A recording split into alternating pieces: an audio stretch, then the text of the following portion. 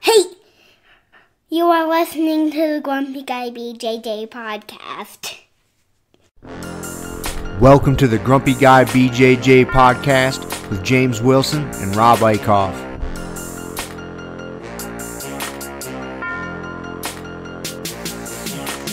Semi-seconds in automatic minutes, finishing to diminish the position that was given.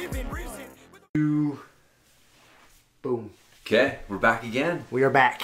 What episode are we on, man? 46, I believe. 46. Awesome. Yeah. So, another day, good day of training. Awesome day of training. Yeah, man, you're drilling some.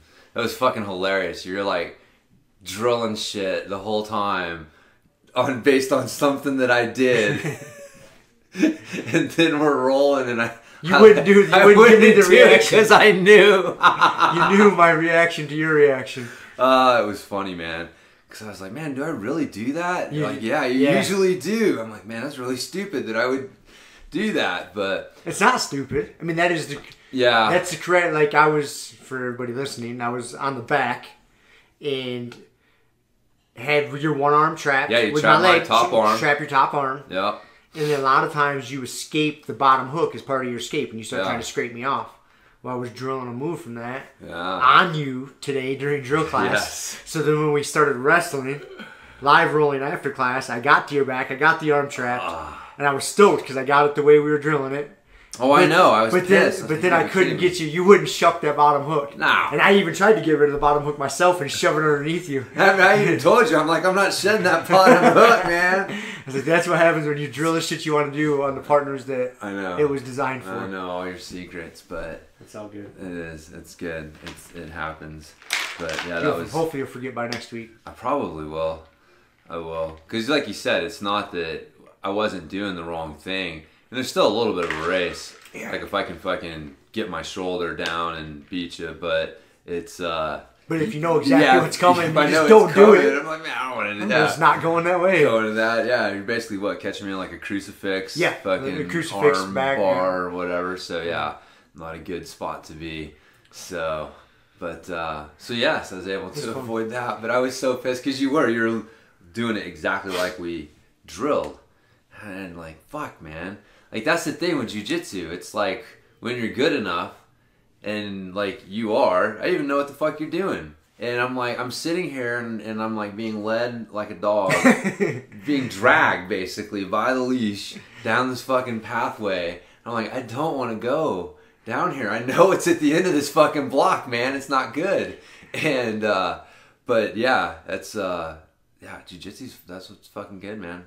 You get it down, technique. Even if someone knows what's coming. Yeah. It does not matter. And that's what makes sparring so much fun. It makes you so confident. I mean, I say it all the time. Like, that's such the big difference between jiu-jitsu and... Because, I mean, we both did, like, kind of a punching, kicking, traditional martial art. I've done a few of them. Yeah, yeah. And you know, there's always that, like, man, is this really going to work against someone? Because it's hard to go 100% with those things. But, yeah, with jiu-jitsu, you're just going... with people 100% for the most part. I know, it's like I try to explain to people, I'm like, it's you know, supervised rough or, you know, sanctioned roughhousing. Like we just agree on a few simple rules and they're pretty simple. Okay, I'm not no eye gouging, we're not gonna fish hook, I'm not gonna grab single digits, and you know, I mean, really outside of that, you know, like we're not striking each other. I mean, it's a pretty small group of rules, like pretty small handful of rules that we're agreeing to, and then saying like, okay, slap hands and fucking go. I'm gonna try to pretend kill you and you're gonna try to pretend kill me. And it's such a unique thing. It's so fun. It's so much fun. There's nothing else like it, man. No, man. There's not. We had those people come in last night. Bunch of CrossFitters? Yeah. The CrossFitters came in and tried it out. So they seem to like it. They did seem to like it. It's a little, it is addicting. I mean, that's kind of the ironic thing is that you're like working, I don't know how to put it. Like there's something so authentic about a combat sport as far as like using your fitness for it. you know, there's a few things that really like speak to us on a primal level. You know, as corny as it sounds, like running is one of those things, especially trail running. I think trail running is kind of one of those primal things that speaks to people on this, you know, like fulfills a need. In combat sports is one too, and just working out for the sake of working out. Doesn't quite fill the need. Doesn't quite fill the need. You know, the thing is, though, like, a lot of people don't realize that need is not being... Like, a lot of people don't realize that's even a need. That it's there, right? That it's even there. That it's even in them. And until you get on the mat and start trying to strangle one another, and you're like, oh, I have this in me. Yeah. And, like, you once you get that, you know, for most people, like, once you tap into that, there's no turning back. You start seeing everything a little bit different. A little bit the different. world's a little different place. Yeah. Like I said in Fight Club, man, when you fight, the volume when everything else gets turned way down. It gets turned way down. Way down, man. So, I mean, that's like why, like the ramping isometrics. I mean, we've talked about before, like I know me personally, my gym lifts are probably at their lowest point that they've been in quite some time. What do you mean, like you're like a deadlift squat? If I was gonna go in and just do a 1-rep something. deadlift squat, those Shoulder things, press those things you would traditionally measure like strength, based on. But the ramping isometrics, doing those, like you feel it like on the mats, and so again, it changes your whole perspective. Like, man, I don't give a fuck how much weight I lift. I mean, I play around with. I mean, honestly, most weeks. God, the heaviest thing I'll pick up is probably my 60-pound sandbag, and I'm doing some carries with that. You know, I'll be doing like shoulder carries or bear hug carries or something with that. But a lot of times, man, I'm just using like 10, 15-pound, maybe 20-pound Indian clubs. You know, my maces are 10, 15. My heaviest mace is 25 pounds. It's not a lot of weight. Like when you think about like, compared to like traditionally, you know, you want to be able to lift twice your body weight in a deadlift, which is fucking hundreds and hundreds and hundreds of pounds. And here I am just fucking around with a jiu-jitsu belt wrapped around me in different ways, and 25 pounds max most of the time with this leverage-based tension tools, and feeling good where it counts the most. And so you realize like, oh yeah, this is what's important. So like, I don't really give a shit as much over here. On that note, we got that email. I read that email. Yeah. From one of our listeners talking about, you know, he's got, you know, years of whatever, and he's got, you know, jacked up hip, shoulder, and, you know, a few other injuries, but he's still, you know, loves. He had like a low back thing. Loves jiu-jitsu, and he's been using the ramping isos because he can do those.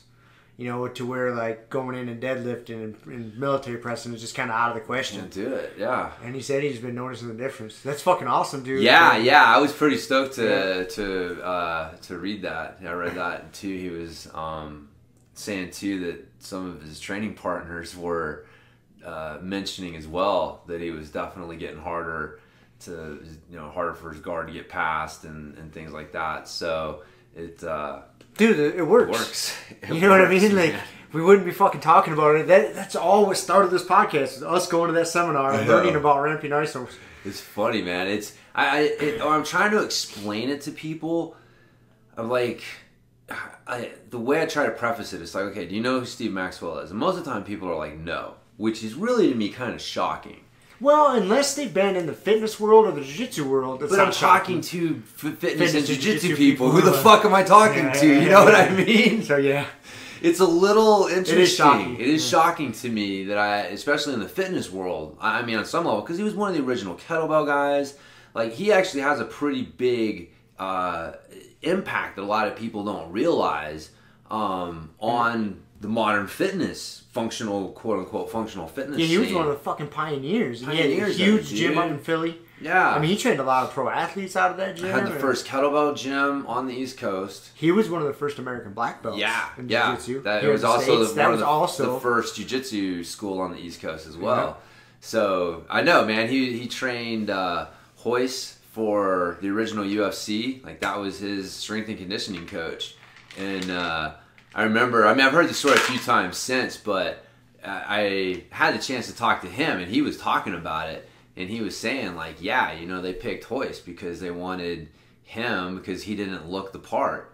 And his brother was the killer. Hickson was the killer, and he's like, we wanted the skinny dude to go in there, but he's like, but that being said, they needed him to be fit, you know, and so he was his you know, coach for that. So, but I guess like my point is that I've kind of realized like, man, if it works in combat sports, or combat setting, like it works. You know, like there might be something that works for soccer or football or... You mean as far as like physical training? Yeah. Physical prep? Yeah. like, Outside of your sport? Yep. Like when someone tells me that something's working, like when I was listening to that Brett Contreras guy, right? He's the glute guy. And it's not that I never took him seriously, but it's like, you know, okay, blah, blah, blah. But as soon as he said, oh, yeah, I'm working with the guys at Atos, and they're saying that, man, people are really having a tough time passing their guard because they can't smash their knees together. I'm like, oh, that's the combat. Like, it put it in a different light for me. It's like, oh, that works in a combat situation. Oh, that works. You know, before it's like, okay, you're making girls' butts look good. Like, okay, great. Like, what the fuck does that mean? It doesn't. And so there's things that you can do from like trying to make people look better or training for the specifics of another sport, or something that, like, man, it doesn't necessarily work. Like, it doesn't deserve a place in everybody's routine. But I think that, man, like if it works in a combat sport, in a combat situation, like it works. Like that's fucking. So Steve Maxwell and his experience with fitness and its application to that, you know, you don't get lost in like, well, this works or this doesn't work. Like the mat doesn't lie, right? Like so we're talking like with ramping isometrics. It's like this works or it doesn't work. Like the mat doesn't fucking lie. The ring doesn't lie. You're either getting knocked out or you're not. You know, it's like so trying to explain to people, like, you know, who he is and like why you need to listen to him a little bit more. I realized like, oh yeah, I kind of look at like most people don't realize that the things that work for jiu-jitsu are like really important for just basic human function. And you can't really say that about every sport, you know. There's I don't know if that makes sense. I think that makes a lot of sense because there's the way the body awareness you need in jiu-jitsu, and the ranges of motion you get put into, whether voluntarily or involuntarily, like all that transfers to normal life, like feeling good, just being mobile. Yeah. And you know, not all sports are going to take your body through those ranges of motions. Yeah. To where you just feel good in every day-to-day life. Yeah. Does that make that makes sense. Yeah. I think too, it's just like I'm a big believer that in like the authentic movement challenges. Right, like there's just things that our brain is programmed to recognize as authentic movement challenges, and we need those things. There's things like running, throwing, fighting. Like these are all things that are unique human skills. I'm not saying like fighting is like the ability to run or ability to throw are unique human skills. Right, like there's something completely different about how we can run compared to other animals, and we're the only animal that can throw with power and accuracy, so all of us are born to do that, and then all of us are here because at some point people in our past could fight and did it well enough to win, or else they wouldn't have passed on their genes, right? So these things are authentic movement challenges that your body needs. Like you need to do these things. It's not an option. Right? Like if you're not doing it, you're not giving your brain and your body the inputs that it was born to process. And if it's not doing like what it wants to do, then it doesn't function properly. And that's where like a lot of, I don't know, man, we can tie that's that where to a lot like of dysfunction so comes in. much function, like like, that's where a lot of dysfunction people have, just because they're not providing the stimulus that your body really needs. Yeah. It's I was talking to somebody the other day, and we were just talking about like movement, mobility, and he said, especially as you get older, you really start to realize that there's no like maintaining. I mean, it's kind of cliche, but you're either growing or you're dying. You know what I mean? So And as you get older, you're just trying to stay ahead of that curve. Yeah, you're dying. And you're dying. We're all dying. I mean, honestly, yeah, you don't want to admit it, but yeah. We're dying, but you got to try to stay in front of Yes. it. That's all you're trying to do. Yes. You're not going to win that race with Father Time. Yeah, he's going to win that fight eventually. But you can extend it as long and feel the best you can by if you providing your body with that input, the different stimulus. And like I love providing I do that. So, like every morning before I go to work, man, like I'm doing, I'll do random shit like pull-ups or sandbag squats or, slosh pipe. So like, dude, I'm doing, like, I just want my body to be like, all right, this crazy fucker is going to demand something of me today. I need to be ready. Like all sorts of different stimuluses, and rotational stuff and this and that, and the ramping ISOs, like, that's where I've been lately is just doing. Every day I do something. Maybe not super intense, but I'm doing something. Yeah. That way my body's like, okay, like this is just... Used to working, man. It's just fucking an output. Yeah. We got to be ready for this at any time. That's what we're born to do. Yeah. Really. And I feel good, training that way. Some days I'll ramp up the intensity. Yeah. That's more like and obviously sparring days, yeah. Jiu-jitsu days are pretty fucking intense. But. Yeah. That's more like hard, moderate, and light, right? It's not that you can work every day. Mm-hmm. You just can't work hard every day. Or you can't work hard every day for long, right? Like you may have periods where for whatever reason you are ramping up the intensity you have to, but it's not sustainable. So, but yeah, it's not doing stuff. That's kind of a good point because I think that a lot of people have the misconception that recovery means taking a day off of everything. And it's like, no, that's not how the body recovers. Like doing a little something is much better for your recovery. Dude, active recovery is so much better than to say, okay, today's my rest day. I am just laying around. Yeah. Like, no. Like, man, you go for a walk at least. At least, yeah. Move, do some sort of mobility, stretching. Something. You're way better off. Yeah. Like, you'll feel better. It's getting in that daily habit of moving. Daily habit. This is what we're made to do, man. It's funny. I'm reading. I got another old Greek book. Oh God. Guy. How long is this one gonna take you to fucking read? Dude, a while. It said that it takes 60 hours to read. Holy shit. So it's all the works of Xenophon, who I've mentioned him before. He was part of the 10,000. Who is like one of the craziest stories that I've mentioned before. But like the rough overview of the 10,000 was. He was part of 10,000 Greeks who were contracted, kind of through subterfuge, as part of an army that was challenging for the throne of the Persian Empire. And so basically, the king's brother was trying to overthrow him, and so he had built this army and was going to fucking fight him. And so they march in. And they kind of realize like, oh fuck, this isn't what we signed up for, but what are we gonna do? So they get there and they have the battle, and they end up winning like their part of the battle, but the king's brother, the guy who was challenging, he got killed, so the whole like rebellion fell apart. But you got these 10,000 Greeks who fought on the losing side of this battle. Stranded in by fucking Babylon, man, like in the middle of Persia.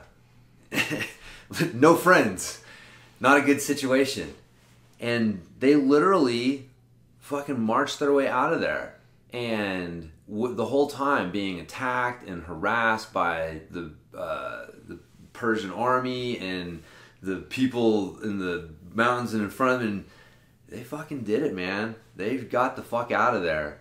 And you read it, that's one of those stories that you read, and you're like, dude, we are such pussies. Our society is such a bunch of pussies. And it's also one of those, like, if you weren't told that this is history, you'd probably say this is science fiction. Like, this is a story someone made up. Like, if you went to Walmart and you looked around, and then you read this story, you're like, this is obviously a fucking fiction story. Like, this is not, people can't do this. So, but that's one of his. He's got a bunch of different ones. And he's also got, like, a history of Cyrus the Great, which is funny, because we get this impression that, like, the Greeks hated the Persians and blah, blah, blah, but it was more complicated than that.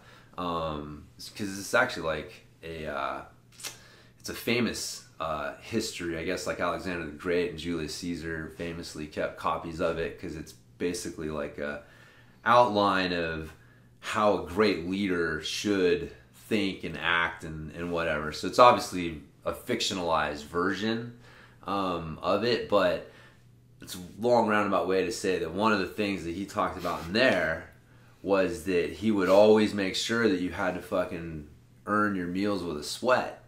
Like, you had to work hard and break a sweat before you could eat. And if you weren't doing that, you weren't working off basically what you were eating. And so, but we're made to do that. Like, that's what our ancestors did.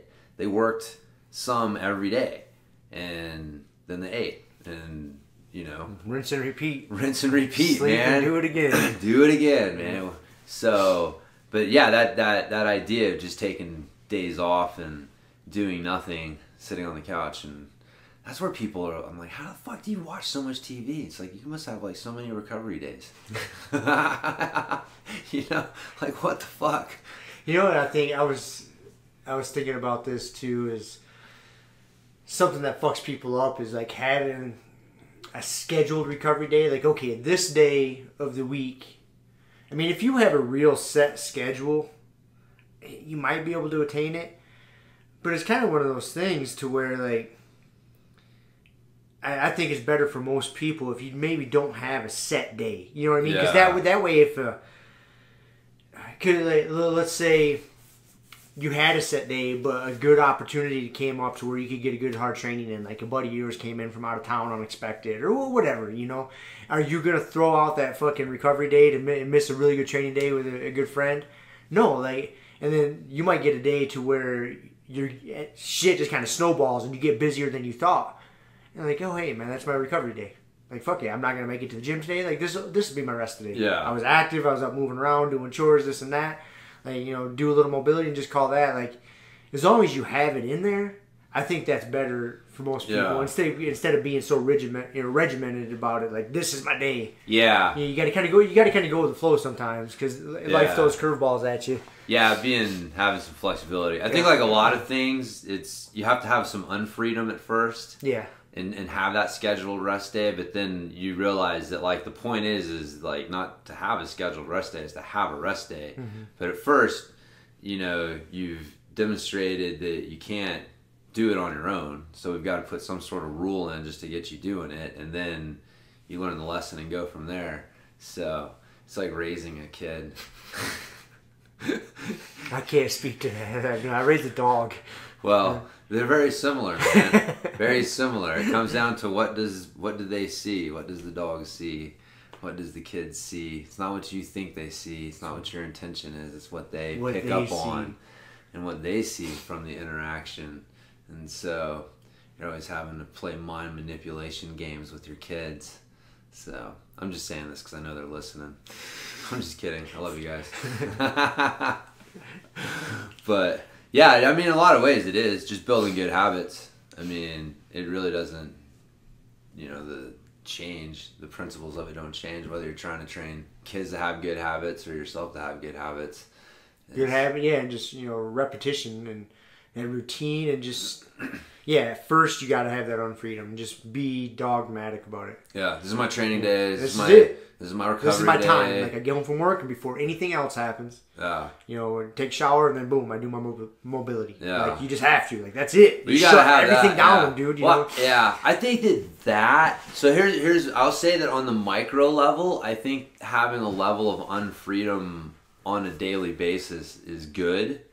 Like, having a routine, basically, because I agree. Like, I think that there's a lot of things like that, like, if you don't get them done right off the bat, then odds of getting them done can be tough.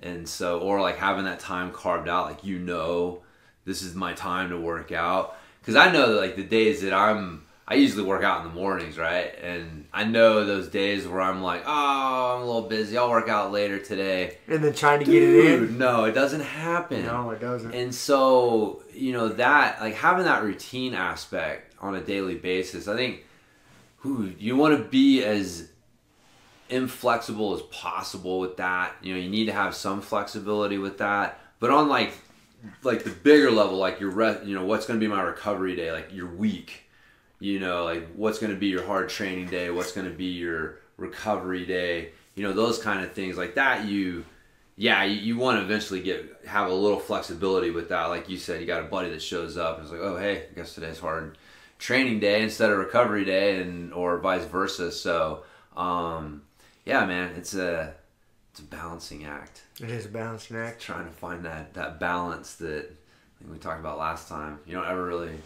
find the balance itself. It's more when you realize shit's getting skewed too far in one direction. Recognizing it soon enough to be able to correct without it having like devastating effects. That's just like recognizing a submission. Yeah. Like when you're getting yourself into deep water. Yes. The earlier you can recognize the earlier it. the better. The better you're off. It's not that you're never going to get put, like life's going to set up some submissions on you, Fuck man. yeah, it is. For sure. And it's usually because, you're a little unbalanced. But if you recognize it and can make an adjustment. But if not, you're fighting off a triangle with that arm crossed. That's right. And just fucking face turning purple, hating life. Yeah. So, anyways. There you go. That was an interesting start to the podcast. That was, man. Not sure how we got going down that road. I don't know. I just all fired up on training shit. Fuck yeah. We had good training today, man. Yeah. We did. Had some good drilling. Good drilling, good rounds. I was able to... I love it when what I drill that day, I can fucking implement it. Yeah. Right away. Yeah. That is... And find even like I had some... Every person I rolled with today... Yeah. Except for that gigantic fucking dude. That dude was big. Super nice guy. The dude was awesome. He was. Really great guy. But besides him... Like every person I trained with today, like I got them into my funnel and was doing what I drilled today. Every person, it was great. I wasn't quite successful 100% of the time, but I'd get close. Yeah. And I see where I make some mistakes here or there, some things I can tighten up. But yeah, that's how I do. I love that. It's so fun. I know. Makes you smile on the inside. Like you don't even know. I just got done drilling the shit out of this. Like you're so screwed right now. Hey, I mean that's what drill class is for. I mean it's figure out your problems, and then you figure out a solution to the problem. Dude, that's really that's really how I've always treated drill class. But it's such an ongoing thing. Like I take mental notes or I take actual physical notes to shit people are doing to me throughout the week and the other training sessions, and then come Saturday drill day, I sort that shit out, and then all my training sessions in between then and next drill day. I'm trying to implement the strategies and the solutions I found to problems. Yeah. And then I got new sets of problems. So problems. So then I come to next Saturday, like, okay, I got this far, but then I ran into this problem. So that gives me something else to drill. Like it's fun, man. Because it's just a never-ending puzzle. It's a never-ending puzzle. Mm-hmm. I mean, that's the whole thing. That's the, just thinking about, like you said, like having some sort of structure to like what's your problems that you're running into, what's some of the progress that you're making, what's your priorities that you're going to focus on. That was a good Danaher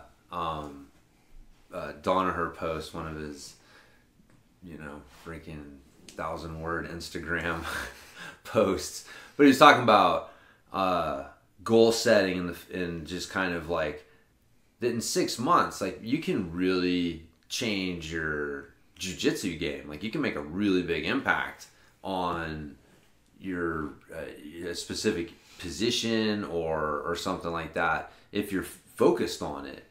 And like that's the fun thing to me, man. Like I think because I just grew up playing video games, so I'm always thinking about things like leveling up and whatever. And that's what's fun about jiu-jitsu is that you have you're building your character. God damn, you are. You're getting experience points that you can go cash in to. Dude, in 6 months, like you can make a significant impact on your jiu-jitsu. Like if you're rolling the same way, like I don't know, I guess that's something like, again, everybody does jiu-jitsu for their own reasons. And if you're having fun and you're just doing your thing and you're enjoying it, then cool. But like, if you're experiencing a little frustration and you look back and you're like, man, I have the same problems and just kind of roll the same way as I did 6 months ago. Like, that might be the problem right there. Like, that shouldn't be that. Like, man, you should look back in 6 months ago and be like, wow, okay, I've really made some progress here. And other things you should be looking at and going like, God damn, like I was an idiot. Like what was I thinking? And in just that ongoing process of solving the problems and being able to change your character. That is. That's really what it is, man. It is. I think about that because that's what we're doing when we're playing a video game. Yeah. Just a real life video game. Yeah. It extends off the mat, like what you're eating and what you're doing off the mat. It's like those fucking the scenes in the video games where you can go do trading mode. Go do the trading mode. Build your character up. Yeah. Get your fucking experience points and everything. And come back and cash in. Do you want to build the power, your stamina? That's right. That would be my joke. Speed. I remember like I would just always do the single leg X entry in the sweep when we started doing drill class because it was soon after that first seminar that Rolly did, and that's what we went over. I just did it all the time. I just was joking around like, hey man, I'm just leveling up my fucking single leg X and ankle locks. Like one day I'm gonna be like level 25 on this shit. Everything else will be like level 10 or whatever. But I'm gonna have this one thing, and you know, a little bit of a self-fulfilling prophecy there. But that is the case. I mean, you know, freaking 6 years. Or I guess at that point, I've been doing it for like a little over 4 years that I started like doing that shit, and. Yeah, it's definitely, that's one of the strongest parts. But you can do that. Like, you just pick something and you just drill it and you just get better at it. I mean, dude, you and your fucking back sequence, it's just like lights out. And that's what I love about that is because you can tie that into all other parts of your game. Yeah. And that's how I think jiu-jitsu should be, like, especially like mine, like, all routes lead to the fucking back. Everything should be to take your partner's back and choke the life out of him. That's it. Yeah. There's no other fucking, to me, that is the best solution to the jiu-jitsu problem. Get on somebody's back and strangle them. Yes. And so I do, like, from starting a match, slapping hands, hit the takedown. What's the fastest route to this motherfucker's back? You know? Yeah. I mean, I gotta say, it's something I'm starting to, it's one of those things I guess knew, but didn't really know. It's something I've lately come to appreciate a lot more.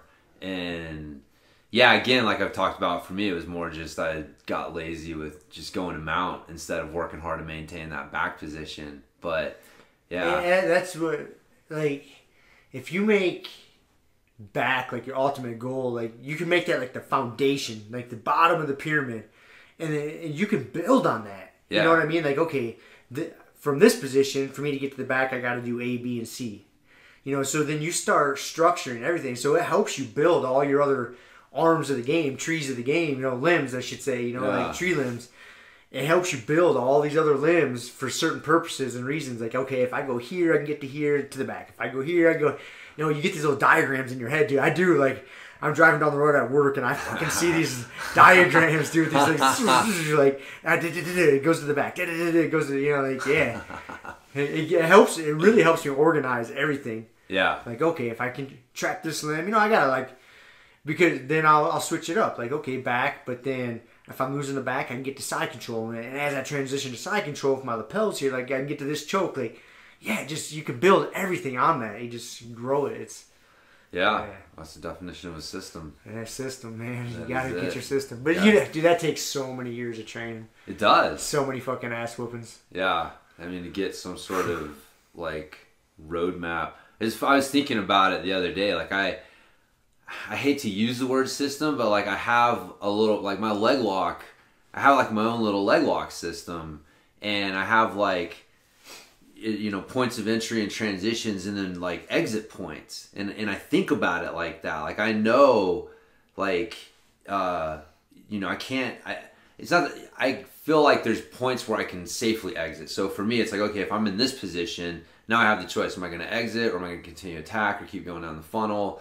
And so, but yeah, one day you realize like, oh yeah, I've got like a kind of a systematic way of thinking about what you're doing, and it's just based on just so many fucking hours on the mat of trying shit and just getting shit blown up and seeing what works and what doesn't work, and then you start to get a pretty good solid idea of, all right, like this works, and if I focus on this and then I'll be all right. Now, you said you hate to call it a system, but I don't think you should think like that at all. Like, I think that's everybody would be better off if they thought about developing their own system. Yeah. I mean, when you're new, you just have to trust somebody else's system and run with it.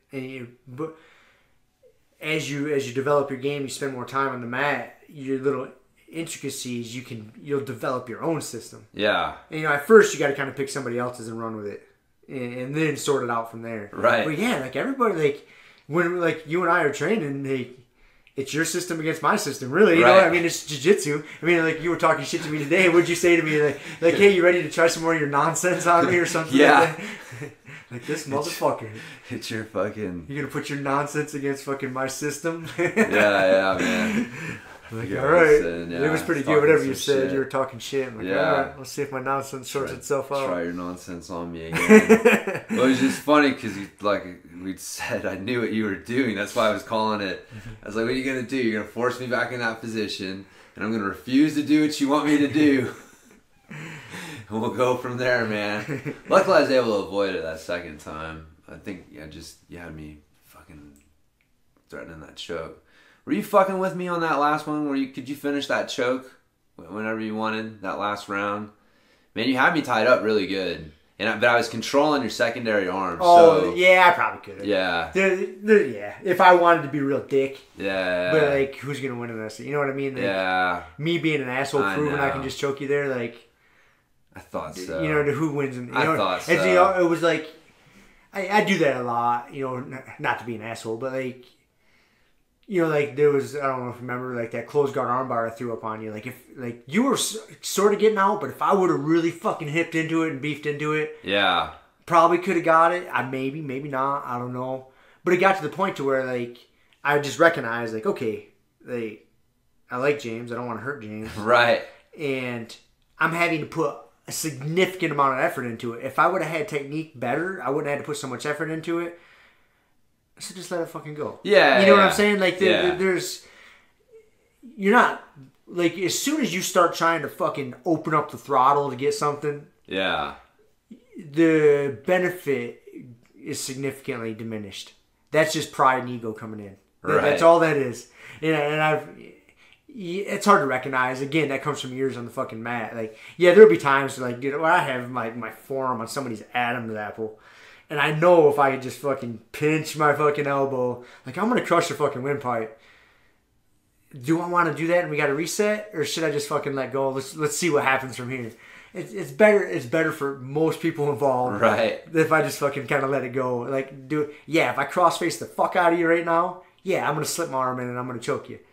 But who's going to win in that situation? You're going to get a fucking bloody lip, and my pride, my ego is going to feel better, but our jiu-jitsu didn't get better. Yeah. You know what I'm saying? Yeah. Once I got to that point, like, you fucked up a long time ago. Oh, yeah. You know what I mean? Like, the learning stopped. Yeah. You know what I mean? Like, I learned what I had to do to get you in that fucked up position. You learned the mistakes you already made. If not, you're thinking about it now. So you're learning now. And me putting the finishing touches on it, like, it probably would have depended on how much shit you were talking before we were wrestling that day. If you were talking a lot of shit, yeah, maybe finished it. But if not, like, there's no point in cross-facing the fuck out of you. You know what I mean? Like, it's it's better just to keep the flow going. You know what I mean? Yeah. You know, so it kind of also kind of depends on what mood I'm in. Right. If I felt like how mean, like, do I need to be this mean? No, let's be mean in another way. Let's go with this way, So Yes, I hear you. Catch and release, man. I hear you don't want to break all your toys. You weren't releasing though, is the thing. You were just sitting there, like, fucking with me. And that's why I was like, I'm trying to get this arm out, but you wouldn't let me get it out, and you kept fishing across. Well, yeah. I remember. Well, I thought I could get it in cleanly. Yeah. I was determined. I remember what you're talking about now. Like, in my head, I thought for sure I could get my forearm under your chin cleanly without having to, like, get it on your chin and crank it. Yeah. So I knew there was a way in there. And so I kept, like, I'd pull it out and, like, try to put my Yeah. choking tool back in. I pull it out, try to put my choking tool back in. Like I was like, Yeah. I kept trying. Like, okay, I know I can. How am I gonna? I was trying to get like your rhythm down, like your timing. Like, okay, when I put my hand here, is his chin pop or does he bury it?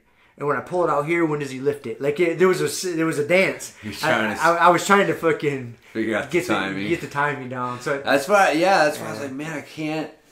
You know, because I had your other arm like stuck down there. Stuck, and I was aware if it came loose that I needed to be like really hyper aware, and I couldn't tell if you just couldn't quite reach far enough around to get my shoulder and give it a good one arm finish. I think to finish, I probably would have had to really be an asshole. Yeah. And yeah, that's why. Like I was trying to get more like. Oh no, I could tell finesse. Yeah, and that's why now I know was. What you're talking yeah, about. that's why I was like, man, is it because he can't like reach far enough and get the fucking dickhead one arm finish, or so? And I'm sitting there like trying to get my arm out. It's like, dude, that arm trapped, and that is where my elbow is not bending probably fucks me over because I can get my heel position. I can get my heel in that Dude, fucking hole it's right like there. You've got like a fucking 2-foot span here. Yeah, like I cannot protect my elbows from your foot coming around as effectively from there, and you hook, and I'm like, oh man. So I've got to become a wizard of getting out of that. Well, just so you know, like pretty much 99% of the time, like if I'm on the back and I get that arm trapped, yeah, like if I want to fucking throw a little sauce on it, like the finish is coming. Yeah, hey, yeah. But like from there, once I get to there, like because that's the big fight. If I can get to there, get the arm, like the cop control, like Kimura control, or whatever, and the arm trap, like it's a wrap. Yeah, it all kind of depends on what I want to do. So from there, I start experimenting. I'm like, all right, how's he gonna react? He grabs here. Like, can I get this? Can I get this collar? Can I get this? Like, from there, I just start fucking. Right. I'm playing. Like, yeah, because like real time, like tournament wise, like if I get to somebody's back with that arm trap, yeah, it's fucking selling all in the choke, dude. Yeah. It's done. Like they got one arm to defend. Oh yeah, they're not gonna like my forearm on their face. You know what I mean? When I cross face them hard as fuck, they're gonna let go of my other hand because this hurts so bad. Yeah, and then it's a it's a wrap. Yeah, you know what I mean. But yeah. I'm not gonna do that to training partners. You know what I mean? I hear you. Dude. The only time I really do that to training partners is like I will do it because. You know, because like when you're on somebody's back and like getting a rear naked choke over their chin and just crushing it, like dude, it's just a dickhead move. You right? Know, like it's flat out. It's not pretty. I mean, it works. It's effective, but it's just bully jiu-jitsu, you know. So I see the habit develop in our school and with training partner when you'll get on somebody's back and they're not used to getting their face crushed, so they will totally like just like abandon protecting their neck and both hands will go down and start like trying to push my hooks off. And I'm like, what the fuck is going on here? Like I'm on your back and you got both hands down trying to push my feet off? Yeah. Do you not realize I'm wrapped around your neck like a snake? Dude, people like, forget about the submissions. Like, what is going on here? Like, dude, if someone is on your back, nothing else in this world is as important as you fucking keeping that arm off your neck. Yeah. That's it.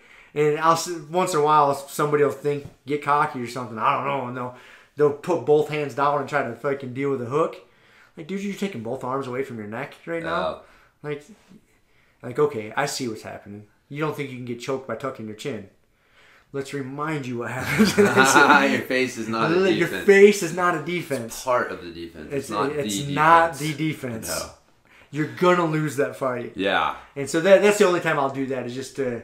Like, I'll do that, and I'll finish. I'll be like, why did you stop protecting your neck? Yeah. Well, I thought, no. You always fucking protect your neck until you're out of that position. That's it. Yeah. The getting your hooks off is done with your feet and your hip movement, your shoulder movement. Yeah. Like, but your fucking hands are protecting your neck. Yeah. Like, I don't care what anybody tells you. Yeah. No, I agree, man. I agree. I don't know. That kind of goes back to... what I was saying, like there's a gi based choke defense system and there's a rear naked choke based defense. Like you know what I mean. They're a little different, so the principles are the same, but you can get away. Like you've got a little extra time to defend that gi choke to where you know you can play a little more with the hands, but the rear naked is totally different beast. Like as soon as that fucking forearm comes across and those fingers get if you don't respect that, you don't respect it. There's no playing catch up. deal. There's no time. So it's producer Kiele. She's heading out off to go compete in Denver. Yeah. Yes. All right. I love you very much too. Thanks. Any words of wisdom, Rob? Smash. Okay. Have fun. Smash and have fun. Choke some bitches out. Okay. Noted. Those are the words of wisdom. Yeah. Alright. Well, let Okay. me know.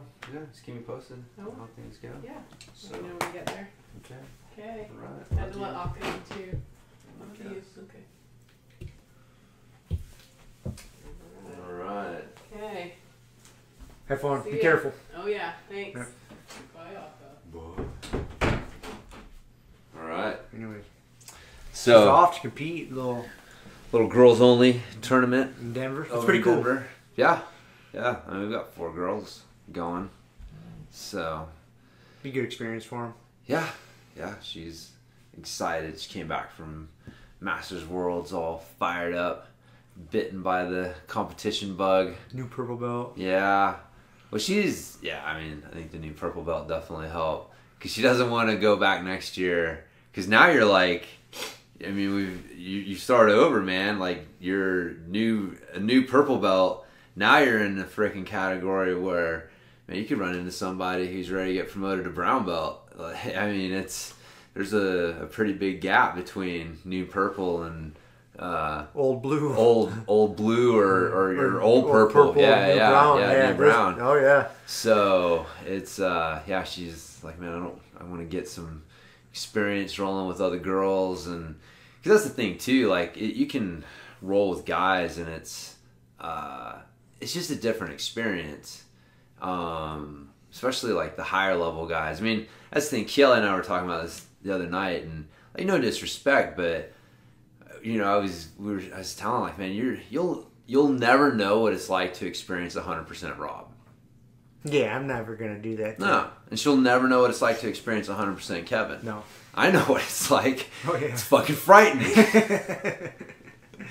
But by the same token, we'll never know what it's like for her to roll with like guys that outweigh her, are stronger just than by her. Nature. Like most of us are going to be stronger than the women. Yeah, I mean, you know, that's why it's like the girls that roll jiu-jitsu, man. Like, you know, kudos to them. Like, they're definitely a different breed. I got a ton of respect for them. Than most girls, Yeah. because they have to roll with guys on a pretty regular basis. And we're sweaty, we're stinky. Yeah. We're heavy, we're stronger. Right, like, man. It's a different experience. But so getting to go roll with other girls, and because she'll get to experience 100%, you know, them. Like another girl is going to come at her at 100%, and that's what I think. What, you know, she's in the tournaments. There's that level of intensity that you have to experience to be ready for. And so, yeah, she just wants to get some more experience rolling specifically with other girls. And it's good. I mean, there's no substitute for experience. And like there's not a ton of women that train jiu-jitsu. I mean, it's growing. And we have a really good group of girls at our gym. Yeah. And we got a bunch of fucking badass chicks at our gym, dude. Yeah. But they all train with each other all the time. You know how that goes. You know, you learn your partner's games and this and that. So getting to train with new people, and there's not a lot of girls that travel and come train. You know, so we like Kelly and a few girls we have going down to take advantage of this chick only tournament. Like, it's a good idea, man. I think it's a really good idea. Yeah. Because I really see it. It's called a girls only tournament, but the way I'm kind of visualizing it, I mean, it's more kind of like a girls open mat and just go train really hard with each other. Right. And I think that's kind of why they're putting the word tournament on there, so it ups the anxiety and everybody train hard together. I kind of think that's like the motivation behind it. Yeah. Which is good. Right. Because it's just, I bet you most of it is just going to be Colorado locals. I'm sure the girls from our gym or travel. I bet you there's not going to be anybody there that drove 4 hours to get there. No. You know what I mean? I bet you, it's put on in Denver. I bet you just all the jiu-jitsu girls in Denver are going to go to this place and train hard together. It is really kind of how I see it. You know, which is awesome. Yeah. There's nothing wrong with It's that. kind of a low-key environment for Yeah, them to exactly. get together and train, and you know, maybe some girls that are interested in competing Get a little feel for it. feel It's for it. kind of, I kind of visualize it like that, kind of like a in-house tournament type feel. right. You know, like Colorado in-house Yeah. tournament feel. Yeah. Kind of, I mean, maybe some other girls would come from like Nebraska or Wyoming or something, Yeah, but still, It's- dude, girls are so different. We were talking about this the other day, like with her. She's Facebook friends with pretty much every girl she's ever competed with. And you're like, there's like one dude I've competed against a whole bunch of times that like we say hi to each other at the tournaments. Like that's about it. That's about it. Like I'm not Facebook friends with any of these guys, and I'm like, man, I know, like that is dudes But man- are a totally different way of I don't know. We're different. We're different. We're We're different. not a social. We're wired differently. We're wired for di- sure. We're wired differently. We're not a social. Like there's a couple guys. You know, I've been in this game for so fucking long, and I've been out in Colorado for 11 years now. So there's a handful of dudes that I've come across with and competed with several times. Yeah. And yeah, we get along great. You know what I mean? But Oh yeah, friendly with people. friends, super friendly. Dude. Yeah. I look forward to matches with them. You know, whether I've beat them several times, they beat me, whatever, dude. Like I look forward to it. Like it's Yeah. a good challenge, you know. But yeah, like for me to like reach out on Facebook or like get this guy's number, like come on, what are we gonna do here? You know what I mean? You know what I mean? What's going on? What are we doing? Here? What are we doing? What are we doing here? Yeah. You know what I It's mean? just, yeah, for guys, it's a totally It's different different. thing. It's a But, different thing. I dude, guess. yeah, that's always cracked me up, man. She goes out there and is just trying to fucking kill this other girl, and then afterwards, just all smiles and like high fives. But and, see, oh, we gotta eat. I see where they're coming from. You know, Cameron and I were talking about that after the training today. You know, you and I've talked about it. Is, you know, the better you get to know somebody, the more you trust them, and the harder you can go with each other. Yeah. Like Cameron and I go after each other. You know what I mean? Like it's very common. For some reason, man, like our styles just kind of clash to where we're rough. To where it's very common to where like I'll actually knee him in the face. He'll fucking hit me in the eye with his heel or so. You know, like there's a really good chance that when Cameron and I train together, that one of us is getting a shiner or fucking fat lip or bloody. That just happens. You know? Yeah. But we don't care. We don't take offense to it. It's just, hey man, it's part of the fucking deal. Yeah. And we've known each other we've been, you know, I've known that guy for 10 years, 11 years. We've trained together. So yeah, we have that respect and that trust in each other. Like, no, we're never trying to hurt each other. Like, if a knee accidentally gets hit in the eye socket, you didn't do it on purpose. Yeah. Just it's a rough sport, you know? So, I mean, but yeah, for the guys you compete against with that are at schools on the other side of the goddamn country or the other side of the state, like, what are we doing here, man? You know? I don't know. That's just us. We are the grumpy guys. And maybe, yeah, maybe if I was on social media She is the happy gal. and I needed to fucking add to my friends list or something, I guess. Yeah. Well, she is our social media maven. She's doing a fantastic job. Yes. So- Leaps and bounds above what I was able or willing to do or knew how to do. Yeah, she likes doing it. So Fuck yeah. Well- Hope you guys are liking the videos and shit. yeah, trying to share more stuff, and yeah, we're gonna have some new stuff up this week Every too. week. I know, man. That's the plan. I forget. I had it down what we were gonna do. I think it was like last week we did the Hollywood and the Perfect Swing, and so this week I think we're doing. I got the ankle mobility one that you did, and then the I think the freaking Neon Belly tip that I shot on like helping maintain the Neon Belly. Because then you did the back. There was a couple we shot. We shot like 8 freaking videos. No. That's right. No, it was a side control, I think, escape. So anyways, we got a couple videos that by the time you guys hear this podcast, Couple new ones we'll will be have them out. posted on the blog. So if you haven't checked them out, we'll have a new. We're trying to get Sign up for the freaking newsletter, the man. newsletter will You'll have know the when we links drop them. directly there. Simple as that, man. Yep. So yeah, we're trying to get a fitness tip and a technique tip up each week, and yeah, I don't know. I mean, we're just normal dudes trying to make it in freaking 20-year-old black belt phenoms world. So we're just trying to share a few things that have helped us. Yeah, and the mistakes we make, and we find a solution to them. We're passing these solutions on. Like, Yeah. hey, do this. Yes. Because we have found a reason for it. Yeah. So, yeah, I think that side control, because we were talking about trying to do our workshop and call it like the side control survival, whatever. But yeah, that is learn how to survive side control. So I think I call it the side control survival tip on how to use your frame to lift over the head instead of push away, that's such a valuable thing, man, from learning how to not try to push people off of you and bottom side control. It's like, dude, trying to bench press people off is a bad idea. Speaking of that, Yes. last week Yeah. when I was doing, there's this yielding isometric. All right. Yes. All right. We need to bring this up. Okay. Let's do it. There's this yielding isometric exercise that I really like to do. And James accused me of being a meathead for this. It's a little different than the ramping isometrics, but same idea, time under tension. This exercise, all it is like you get into a push-up or a plank position, you lower yourself halfway down, and you just hold that fucker for as long as you can. Great. It's so tough, dude. Your chest just gets on fire. Like, I dig it.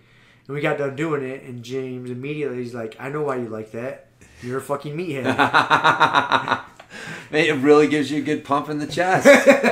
I saw you walking around, man. You had a little like, yeah. And Rob, if you've never seen him, has done a lot of push-ups in his day. So he's got some well-developed pecs. I do a lot. Still to this day, I do a lot of push-ups. So that's what it was. You jumped up and you were all, I could tell. I was like, oh. dude, you're getting a good fucking pump in the pecs, man. Such a Then you like to have us do the bicep curl. Ramping ISO. So between the pump pec, or the pec pump. The pec pump. And the bicep curls. I'm like, you're a fucking meathead at heart, man. I am a meathead. So that and they're hard, and so I like to make fun of things that are hard. They're I need to work on them. They're specific, definitely different than the ramping ISOs. I really like we'll probably put up some videos of them, or, we might, put a program up with them or something, but those yielding isometrics, it's a little different, and I like them, dude. Like, some of them specifically, like, of course, my meathead, like the push-up one. The push-up one's good. So here's like my, if I was going to say, I don't know how to put this. I guess my issue, I'll just go with the first word that came to mind. Sure. It's not an issue, right? Because it's more of things, I guess something that you need to be aware of more. I feel like the yielding isometrics, it's easier as you fatigue to start like cheating it. Finding slack in the system somewhere. Yeah. Whereas like with the ramping ISOs, it's different. It's like, because it's such a self-regulating thing. Whereas with the yielding ISOs, like, man, your body weight is your body weight. I mean, you've got to keep that body weight up. And so as you're doing the ramping isometrics, and as you're fatiguing, you can ramp the intensity level, so you can make sure you're maintaining like all that posture and stuff. And so that's my, like, you got to be really, really, really focused to do the yielding isometrics. And as soon as form breaks, you're done. Yes. Yeah. That's it. Like, it's not how long can you hold a movement, it's how long can you hold that perfect form. Perfect form, that perfect posture. Perfect posture. Yes. Yeah. As soon as that perfect posture form goes, you're done. Yep. Just because you can maybe get a little slack in the system somewhere and you're kind of maintaining the pose. Yeah. That's not it. No. As soon as you fuck up. Yeah. But that goes with like lifting weights and shit too, to where I think a lot of people fuck that up. Like for like deadlift, is a really easy example. Once you've done enough deadlifts in your time, spend enough time in the gym, like you're getting some reps and boom, you get like 5 reps. And you can feel when your form's going to start breaking down. If you're in tune and you're fucking paying attention, when their shoulders are going to start rounding. You know the signs. Your ego is going to be like, I can crank out fucking 5 more reps. Numbers have power, baby. Numbers. Oh, I said I was going to do 10. I got to keep going. But I'm going to keep swimming. I'm going to keep swimming. I might cramp up. I might cramp up in the middle of the lake. Might take out a few teammates with me on this mission. Anyways. But yeah, like, the same goes for lifting. Like you just said, my form's starting to go. That's it. That's where my limit is.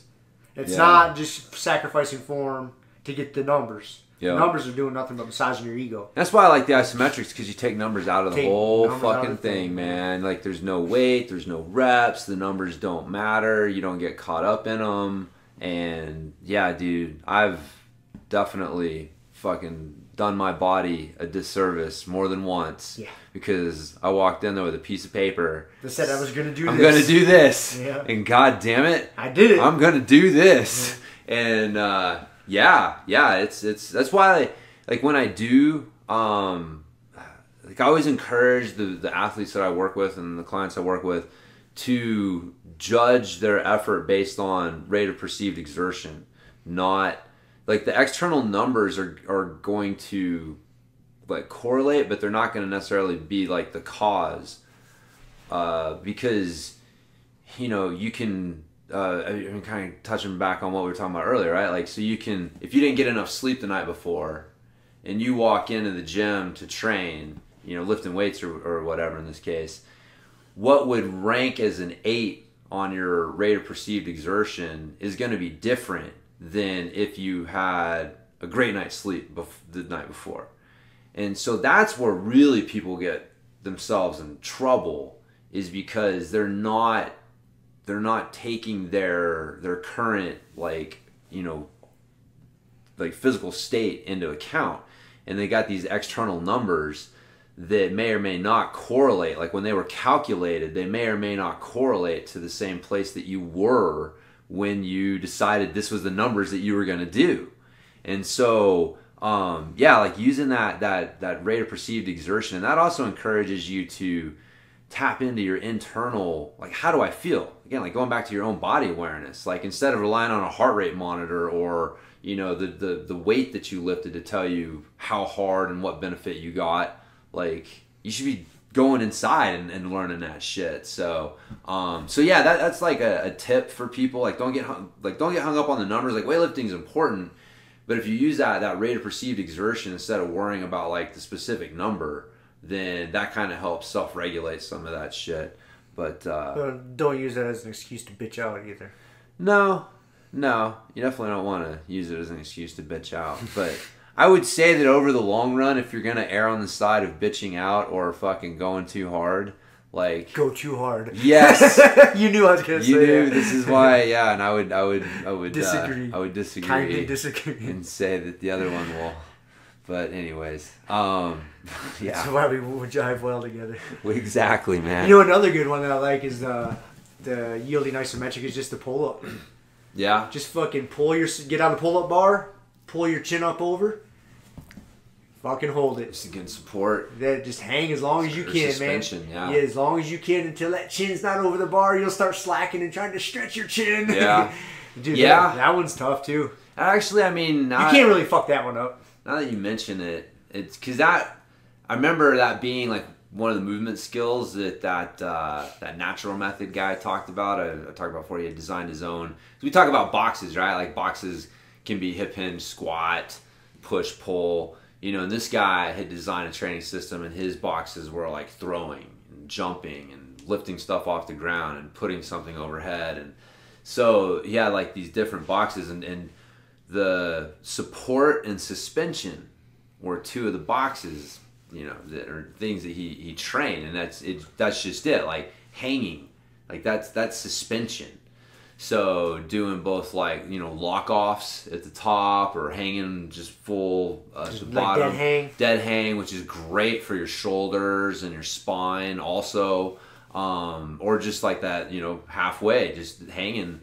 And then also the support, so like the push-ups, like holding the bottom position, holding the top position, those side plank, I'm side sure planks would be in the support. Also going into your like headstands and, like, dips, right? So holding those positions. So basically static holds in some of the, you know, these body weight push positions. And then, you know, same thing as in your body weight pull positions, but suspension and support, and they're different. And it's basically, now that I'm sitting here talking and I'm thinking about it, it's like, yeah, they're basically an isometric They're all yielding version. isometrics, yeah. They're all yielding isometric versions of pushing and pulling, and they're a different skill. Like, your ability to hang is different than your ability to do pull-ups. And so, yeah, got to train them all. So yeah, I gotta play more. I need to get the manual and look at some more of the exercises and play around with the yielding isos. I'm just so fucking addicted to the ramping isos. They're just so good. Is what I've been doing lately is, because I do those twice a week. Saturdays we always do ramping isos with Grumpy Guy Fit class. And usually, depending on this is where being flexible comes in, but usually my scheduled day is Wednesday during the week. Wednesday morning before I go to work is usually my yielding isometric day. And I'll go through a whole yielding isometric workout. You know, push, pull, hinge, squat, hangs, fucking, like the whole routine, neck exercises, you know, the whole shebang. And it's all yielding isometrics. So that I'm doing a little both. Each week I try to do one of each. Yeah. I like it. It's just a little bit different, you know. Yeah. And it doesn't tear your body up. No. You feel good when you get done. You can tell you put in some goddamn work, man. You're sweating. It feels good. Yeah. But dude, I mean, we do the Grumpy Guy Fit class, and then we drill, and then we roll. And there's no way that we'd be able to go, like, do an hour of kettlebell training and then drill and roll. Like, I mean, we could. But you're going to be smoked. It just risky wouldn't- injuries going to yeah, skyrocket. It's not the same thing. Like, I don't feel the class. I don't feel the Grumpy Guy Fit class when I'm drilling and rolling. You know what I mean? Like, I'm taxed by the time we get done rolling. You know, No, we've been on yeah. that. But I mean, like, I'm not sitting there going like, oh, dude, my fucking, shoulders, hurting or whatever. Like, a lot of times you can kind of feel like, oh, dude, I overdid that a little bit, or oh, that's a little strained. I mean, there's always that exploratory process after a normal workout, like the day afterwards where you're like, oh, fuck, man, all right, I shouldn't have done that extra rep or whatever it is. And you don't get that with the ramping isos. You're moving around and you're working. And yeah, definitely feel spent. I mean, dude, it's 3 fucking hours. That's why I love Saturdays, man. It's my favorite fucking day of the week. It's just, come in, do Grumpy Guy Fit, and then drill for an hour, and then roll and try and do what you drilled on people. So much fun. Oh, man. yeah. Such a good day. Such a good day. And we're not the only ones who, agree that, like, how many people, like Tim came up, he's like, dude, I love Saturdays in the gym. Yeah. It is. It's a good day, man. Yeah, really it is, man. I got to get my dad on board with trying the ramping isos. He's been doing. He listens to us, Dad. I know you're listening. He's been doing the ROMWOD, like mobility. I don't know how much he's been doing it, but he listened to it. I think it was last week or 2 weeks ago, where we were harping on it. Like, man, you got to do fucking mobility. Like, you 10 spend minutes a day. 10 minutes whatever. a day. Like, it's, if you can do it in the morning, but if you have a job to where you're sitting around and you're not mobile most of the day. Like, make it a fucking priority. Like, and we ranted on it like we always do. And he listened. He's like, all right. Yes. He's like, I'm gonna start doing that. And so if he's been sticking with some mobility, I got to get him into. I need to send That's the up next step, man. the ramping isos because it's all you need is an old jiu-jitsu belt. I can send him a fucking jiu-jitsu belt and It's such an easy There you go. entry point. It is. For people to get into strength training. Strength training. My old man. He said, "See, I'll be 40." So he's going to be, man, Dad, you're old. You're going to be 62 this year? Yeah, I think he'll be coming up pretty soon. I think he's 22 years older. So yeah, he'll be 62 this year. Yeah. Ramping isos, man. It'd be good. Like, I would have no problem. Like, there's no way, like, if my dad's deconditioned, there's no way I'd say, hey, like, go do a CrossFit class. Right. Not unless I knew the coach and knew But all. even then, man, it's Like, I would be very hesitant to that. But to, like, hey, do some ramping isos. Like, I had, like, no concern at all. Like, he's not going to fuck himself up. No. You're going to be doing nothing but benefit. Yeah. You start doing ramping isos a couple days a week and mobility every day. Dude, I can't imagine how good you feel. If I could get him on board doing it, I'd be so happy, man. Yeah. It doesn't have to be a lot, man. No. Like, that's dude, how long? Like, if you do, like, our Grumpy Guy Fit class, we spend 30 minutes doing ramping isos. Yeah. Or yielding, whatever we're doing, and then we spend 30 minutes of mobility. An hour. And that's a phenomenal workout. So even if you don't put those together, like, if you just got time, you can, I mean, if you were to move through, you can get a whole ramping isometric workout done in, like, 20 minutes. 20 minutes, yeah. 20 minutes if you're not or fucking less, around. yeah. Especially once you get in the rhythm Yep. of what needs to happen. You know, you get a little list, and that way you don't have to think about it. Like, here's my exercises. Do your exercise. Rest for 30 seconds. You know, whatever, a minute, whatever you need to rest until, or if you just do a different body part, you don't need much rest. Yeah. It's Just flow right into the next one. And man, like it's a little bit of cardio. If you're just going from one exercise to the next, there's a cardio to it. Like, yeah, man, it's like we say there's zero risk for injury, but there's almost zero risk for injury. I mean, everybody can fuck themselves up doing something. right. But the Don't chance, take it as a challenge. yeah, don't take it as a challenge. The chance you getting injured trying that is, Yeah, I mean, really, the biggest the biggest danger would be someone who has high blood pressure, like holding their breath, and not breathing, right, and you know, kind of keeping that relaxed breathing going. Like that's, to me, that's the biggest danger of ramping isometrics. I could see that. But I mean, you have that danger with regular weightlifting. Yeah. And you also have all the dangers of, you know, just the joint injuries and stuff. Like I have had people, you know, Didn't you have a buddy kind of one of tweak my his neck? buddies like kind of strained his trap a little bit doing the chest press, but you know, like that was it though. You know, it wasn't like and having like a muscle kind of tweak out. That's a totally different ballgame than having a joint get beat up or get tweaked. I mean, you know, just freaking go get a massage or rub some icy hot on it. You know, I mean, it's not Tiger balm. Tiger balm, exactly. Yeah, it's not the end of the world. So it's a different. There's definitely a risk for injury or for things to go wrong, but it's not the same. You Kind don't of need injury fucking risk. any equipment, dude. No. You know, a jiu-jitsu belt, man. Yeah, And the same amount of floor space you use for mobility. yeah. That is it. That's it. Dude, you don't need a gym in your house. You right in the goddamn living room Yeah. floor, man. Yep. If you want to put the TV on and watch some evening news while you're doing your ramp, you got 30 minutes. The news is on. Yeah. Watch the local news and make it a goal to get your ramping ISOs done while that news is on. Like, dude, Yeah. it's Which, by the way, I think we'll have our ramping ISO program out, and probably the week following this podcast. So Sweet. Yeah, I mean, within a week or so of this podcast coming out, we'll have our version, and it's just, you know, basically just trying to share some of the different exercises, because we took some of the stuff that Steve showed in the seminar, and man, we kind of ran with it. Like, that's the fun thing with ramping ISOs, is that it's really kind of a fertile, you know, field. Like, there's not, it's not like there's a ton of stuff that's been done on it. You know what I mean? Like, there's not like, oh yeah, these are all the movements and all the exercises and that you can do. So I mean, like that standing leg press thing that we did today, like I made that thing up and it's freaking awesome. And you know, there's so anyways, that's kind of our goal, is kind of just share some of our stuff that we've come up with and learned, and give people a little more structure for getting the ramping ISOs going. But yeah, they're good. they're good, dude. Yeah, Simple as that. simple as that. If you do jiu-jitsu, they'll help you. Or even if you don't do jiu-jitsu, like you'll feel good, man. Yeah, You get stronger. You feel good. Like, I mean, yeah, there's no downside to it. there isn't. I mean, the only downside is that it's almost too simple, right? Like, I mean, unfortunately, and that's not even a downside. I just mean like a downside of like why people won't Try it. flock to him and try him. Well, it's funny. I was talking to a mountain bike buddy of mine, who I'd sent the program to, and he's a pretty famous mountain biker. His name's Ryan Leach. This dude The name's rode. familiar.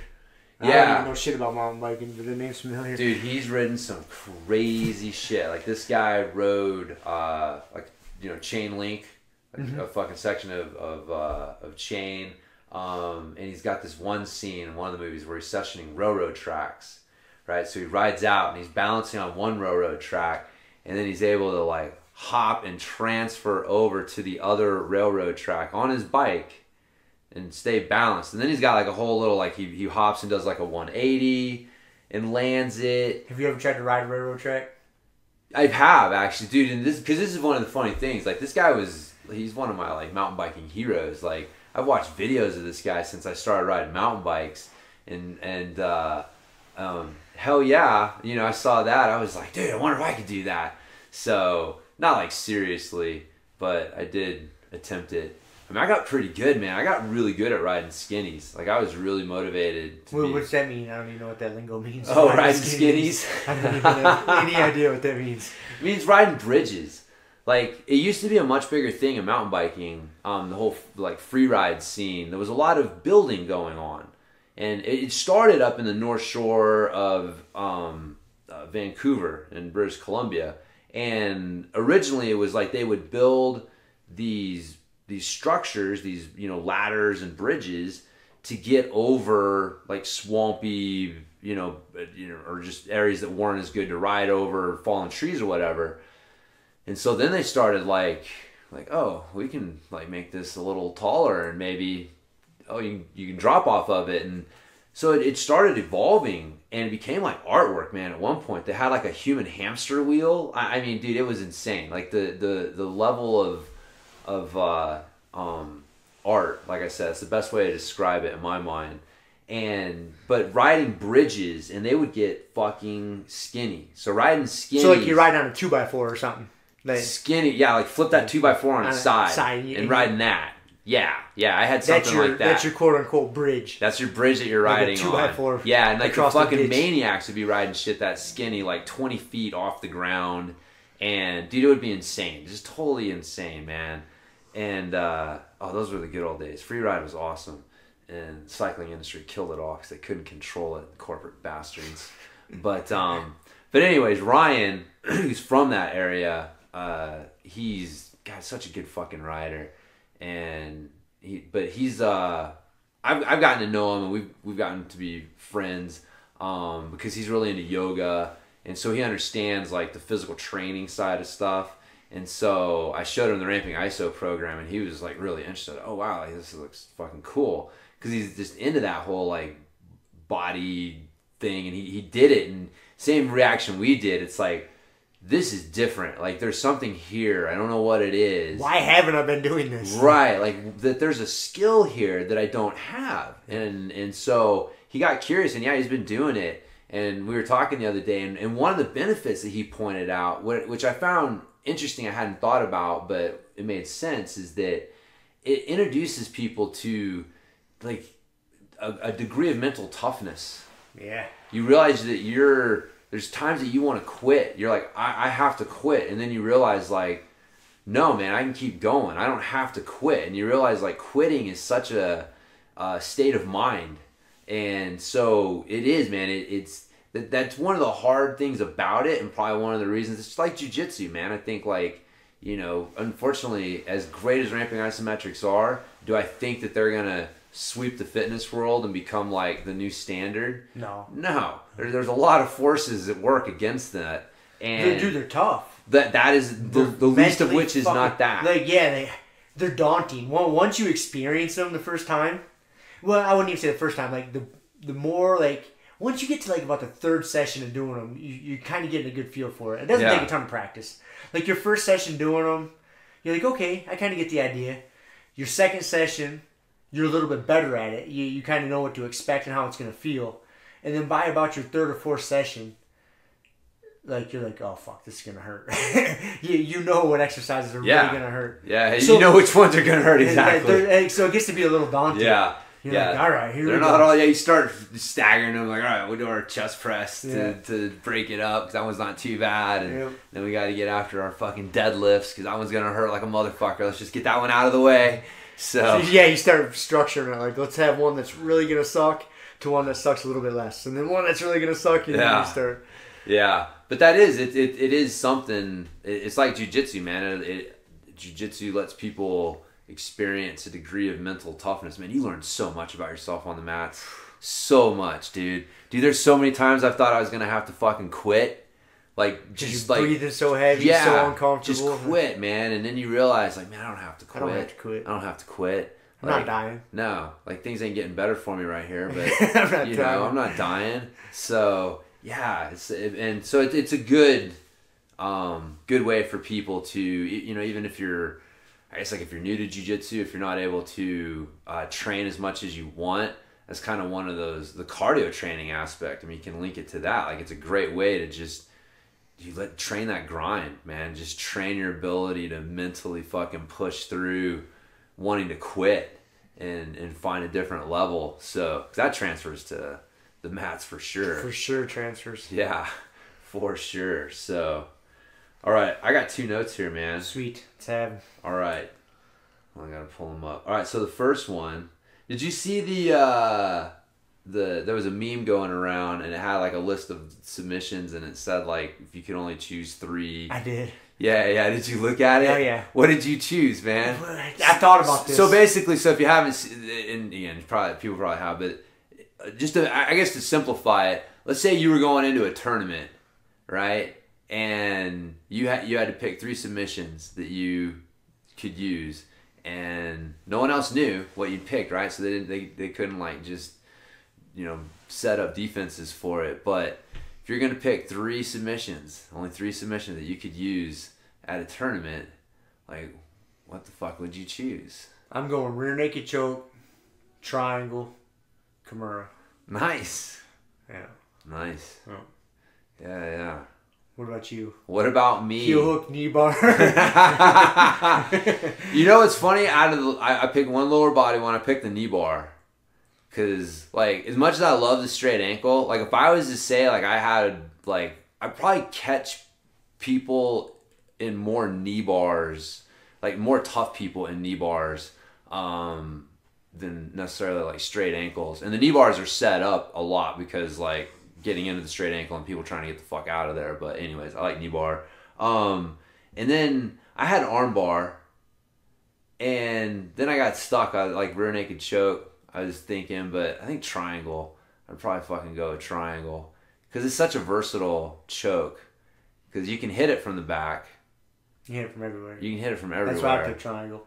Yeah. Disappointed you didn't pick rear naked choke though. I haven't shown you the way yet. Well, no, I did. I was saying like and then I changed my mind. So I did, and then I changed my mind. There should be no debate. This should be the first fucking one in everybody's list. Rear naked choke. There should be no debate. It should be like, okay, rear naked choke, what are the next 2? Right. There's no tough guy for the rear naked choke. That is true. Nope.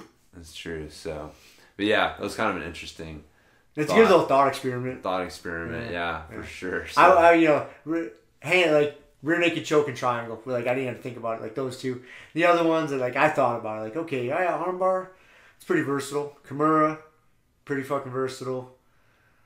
Knee bar, but see the reason I chose Kimura is the amount of control you can have over your opponent and still get that submission. Yeah, now that I know. I was thinking like that's a good.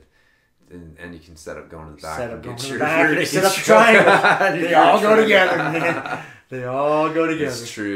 That's true. So, anyways, I was just curious. I wanted to know what your answers were. So, that was my thoughts. And then I guess kind of actually good subject to talk about was I don't think we've talked about like advice for training with a bigger, stronger training partner or opponent. Ooh, that is something really good to talk about. So yeah, I think that'd be kind of a good. Yeah, let's get into that. I like that. Yeah, it's tough, man. Especially like coming from guys like us, dude. We're 40 years old. What are you? 41, 42? 42. Yeah, creeping up on 40. We're not spring chickens, So when we break. We break. We don't heal up as fast. So yeah, when you get some gigantic motherfucker, man, that outweighs you by 50 pounds or more, like, your risk of injury goes up significantly. So you got to take that into consideration, man. Like, you really do.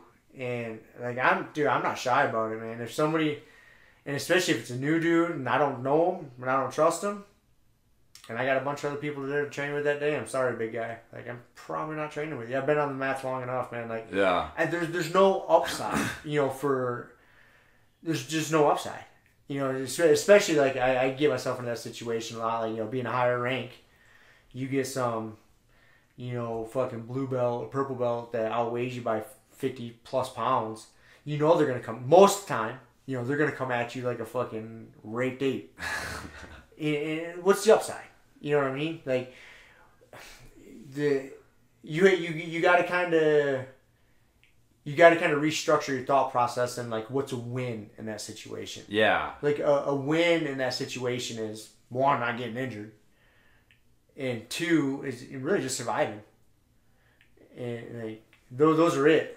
And then if you can mount an offense, you know, like feel them out, see where they're going, see what's happening. If you can mount an offense, have at it. But pay attention to all your limbs. Like, don't ever put your limb in a spot to where if they flail around like a fucking fish, something's going to get broke. Because when your sides flop around like a fish and your limb's in a precarious position, you might get away with it. Someone that's that much bigger than you does some unexpected fucking white belt move and your ankle's in a weird spot. Like, you know, that I do that a lot. Like, if I'm going with some big fucking white belt or blue belt and they're really good at bumping, like, if I get them out, like, I don't put my feet underneath of them. You know, because, like, if your ankle gets stuck in a weird spot, that's a good way to really tweak your knee. Like, I'll play them out to where, like, I have butterfly hooks on the top. Yeah. You know what I'm saying? Yeah, so, like, yeah. my knees are kind of on the ground, but I got butterfly. Like, my feet aren't on the ground. My feet are on their hips. That way I'm just kind of riding the wave. Right. And no limbs are getting stuck. And maybe it's not the best control, but you know what? I'm not getting hurt. Yeah. So, yeah, I mean, you got to... It's something you just got to... And on the other side of that, I mean, granted, I'm not a big dude, so I don't have experience of being the big guy, but... Like, as far as like rolling with women, like yeah, obviously I'm bigger and stronger than a lot of women. If you are the bigger, stronger training partner, like don't be a dick. You know what I mean? Like realize that you are a bigger, stronger, especially if you're significantly bigger. Right. Like, don't break your toys, man. No Yeah. one's gonna want to train with you. Like if you're a fucking big asshole, you know what I mean? Yeah. And I'm not saying a big asshole, like a big person that's Right. also an asshole. Right. Like, no one's gonna want to train with you, and then you're gonna be sitting in this corner sulking, like, oh, why doesn't anyone want to train with me? Well, it's because you're fucking 210 pounds and you're a maniac. you're gonna fuck somebody up, man. And you know, we've talked about it before. Like the tribe mentality is kind of self-selecting. You know, it kind of weeds that shit out. Yeah. But yeah, I mean, if no one's wanting to train with you, then there's probably a reason. You know, so I mean, that probably covers a lot of it. We had a good example today at our gym with that. You know, the dude who came in and trained with us, huge. This human being was a huge human being, and I was hesitant to roll with him, man. Like I was like, oh fuck. I just reframed my mindset. Like, okay, I just don't want to get hurt. Let's see if he's bringing the heat. Like I'm just gonna be safe, man. And if I get tapped, I get tapped. Whatever, I don't care. As long as I get out without getting hurt. Yeah. Dude, he was super gentle. He knew how big he was. He wasn't a dummy. And he was playing super nice, man. And I thanked him. I'm like, dude, thank you. Like, I totally understand what's going on here. Like, I'm not dumb. You know what I mean? Like, I know if he wanted to pick me up and break me in half, even though he's a lower ranked dude, it doesn't fucking matter. Like, you know what I mean? Like, if he wanted to fucking come at me like I owed him money, I'd have been in a world of hurt and trouble. But he was super nice and super cool. So, like, I was happy to see that. Yeah. Yeah, because sometimes you don't come across that, man. Sometimes you come across some gigantic dude, and he's just trying to rip your fucking arm off. Just trying to get you. Yeah, like there's no upside. Like especially if you're just a hobbyist. Right. Like, what are we doing? You know, what are we doing here? Yeah. And I think about it a lot because then I feel bad for some of the big guys because there's not. You and I are average size guys.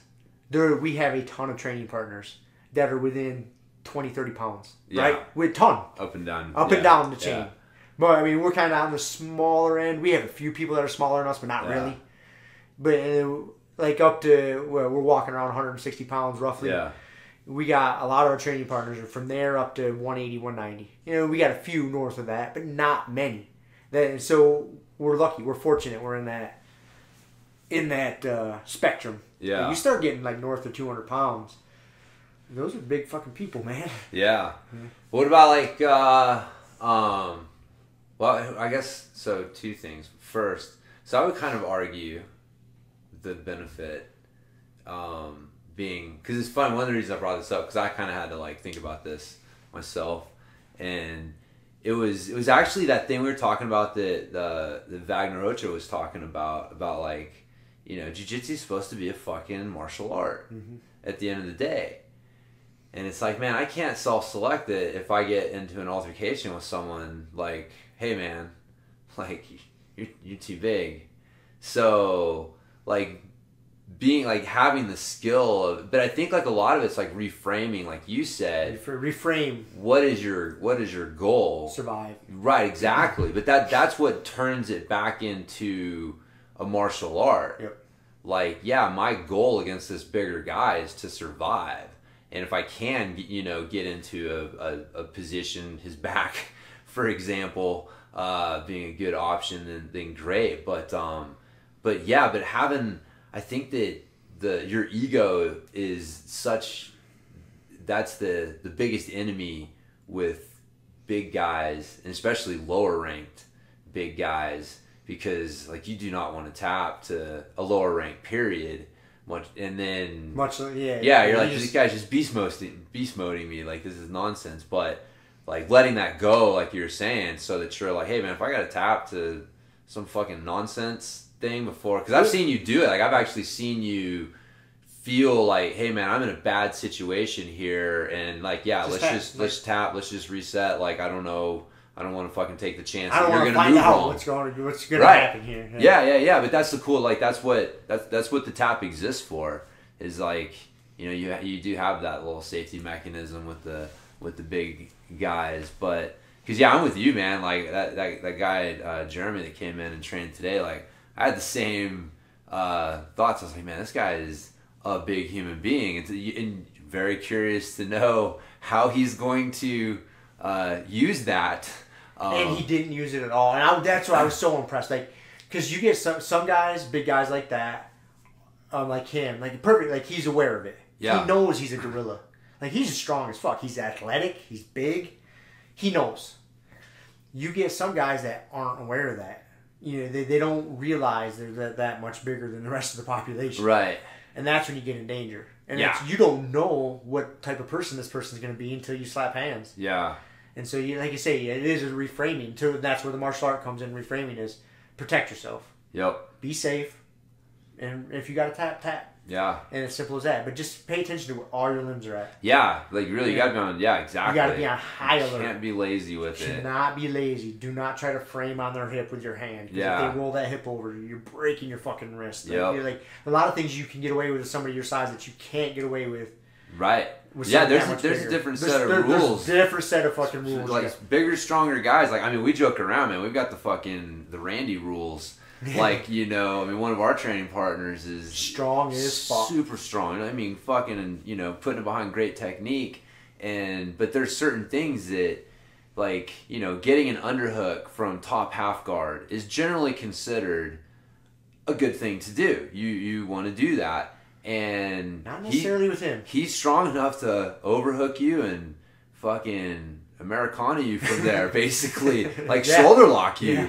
And most people can't. Can't do that, and so you'll run into that with bigger guys. Like Randy has the strength of somebody who's probably like 20 pounds bigger than him. Like you'd expect some of that from.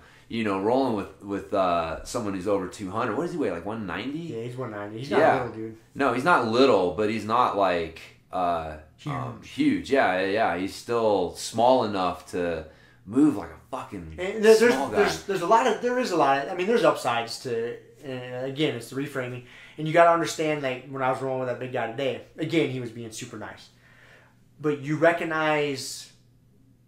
When you have to recognize danger super fast. That's what I'm saying. Super early. Like again, like I got it. I was putting an underhook in a certain situation, and I felt the size of his arm and strength come down, I wasn't gonna like if you and I were wrestling, I put that underhook and I felt you trying to beef it. I'm like, okay, I can out beef this or whatever. Like, No. Like my best bet is to get my arm out of there as soon as possible and then address the next thing. Yep. Because I need my limb. Yeah. Like I need it to defend, attack, whatever, but I need it. And if he squeezes his arm down, it's trapped. Yeah. It's it. Like that limb's his until he says no. Yep. And you gotta recognize it super early. Super fast. That's where having Randy to train with, like man, I'm hyper aware of that too. I think I had the same situation. And if I didn't train with that dude on a regular basis, then I wouldn't be aware, like, oh, wait a minute, this is when you feel that start to happen, like, that's bad fucking news. Like, someone who's strong enough can put you in danger in this situation. And so there is that, like, you have to just be so, I guess that's what it is, man. Like I feel like my fucking danger meter is just like You gotta put it on high when you're going with somebody a lot bigger than super you. high. You gotta ramp that. You gotta be super proactive Yeah. and alert. Yep. It is. I'm always doing like you say, we're not big dudes. We're 160 pounds. So there's a lot of people we train with that are bigger and heavier. You're just cautious, man. Wear your limbs at all times. Yep. You got to check in. Or if you're training with somebody that's like a wrestler or goes hard, same thing. Same thing. And Yeah. they're not being an asshole. I mean, that's just how they are. That's how they're training. It's on you to pay attention to where the fuck your limbs are at. Yeah. You know, Because that's the thing. Like I'd say, like the term bigger or stronger. You know, bigger and or stronger. Yeah, Because and or stronger, it's yeah. easier to like just say, oh, that guy's bigger, and then be like, okay, he weighs 220. But that's the thing. Like it's not necessarily that. Like there are guys who are stronger, like wrestlers, for example. Like their mat strength is fucking way higher than the average person coming in and starting jiu-jitsu. So you get some 175, 180 pound guy who wrestled for fucking His whole goddamn life. life or whatever, and he's gonna be fucking strong, like strong, and you may not, and so it's you have to know, you have to recalibrate, man. You might go into that training. You might slap hands and go in with one mindset, and then all of a sudden you feel this dude's strength. Like, okay, I see what we got here. Right. Like I have to reframe what I need to do. Like you got to up that proactive danger meter. Right. You got to be on alert. Like, Yep. okay, I can't do certain things here. Because man, when you mess up, they make you pay. Or and if they do something you're not expecting and the limb's in a bad spot, Yeah. next thing you know, you're out for fucking 6 months getting surgery. You know, it's Yeah. I mean, yeah. I don't know. I'd say, and that's where like figuring out where people are at, because there's a lot of bigger, stronger training partners that are great to roll with. great to roll with. Great to roll with, but they still, man, fuck, dude, last night, god damn, we had Adam, who is our light heavyweight. We have Matthias in there. We had Randy.